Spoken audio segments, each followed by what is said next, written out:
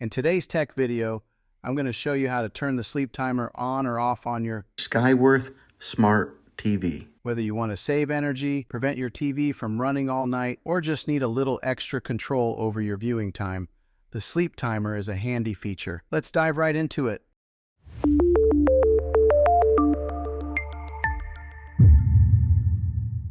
Step 1. Accessing the settings menu. The first step is to grab your remote and head to the settings menu. You'll do this by pressing the home button on your remote, which will bring up the TV's main menu. From here, scroll to the left and select Settings. Step 2. Navigate to General Settings. Once you're in the Settings menu, scroll down to find General. This is where we'll find the sleep timer settings. Select General by pressing the OK or Enter button on your remote. Step 3. Select System Manager.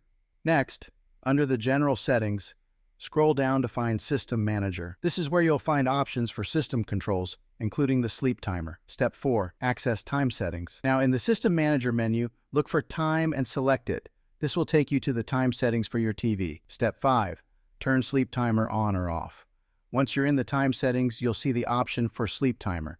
This is where you can either turn it on or off. If you want to enable the sleep timer, simply choose a time interval. 10, 20, 30, 60 minutes, and so on. If you want to turn it off completely, just select Off. It's as simple as that. Just select the desired time, and your TV will automatically turn off after the set duration. Step 6. Double check your settings. Once you've set the sleep timer, make sure to double check your settings before you exit. You can always come back to this menu if you want to adjust or disable it later. And that's it. You've now successfully turned the sleep timer on or off on your TV. This feature is great if you like to watch TV before bed and don't want it running all night. If this video helped you out, be sure to give it a thumbs up and don't forget to subscribe for more helpful tech tips and how-tos. Thanks for watching, and I'll see you in the next video.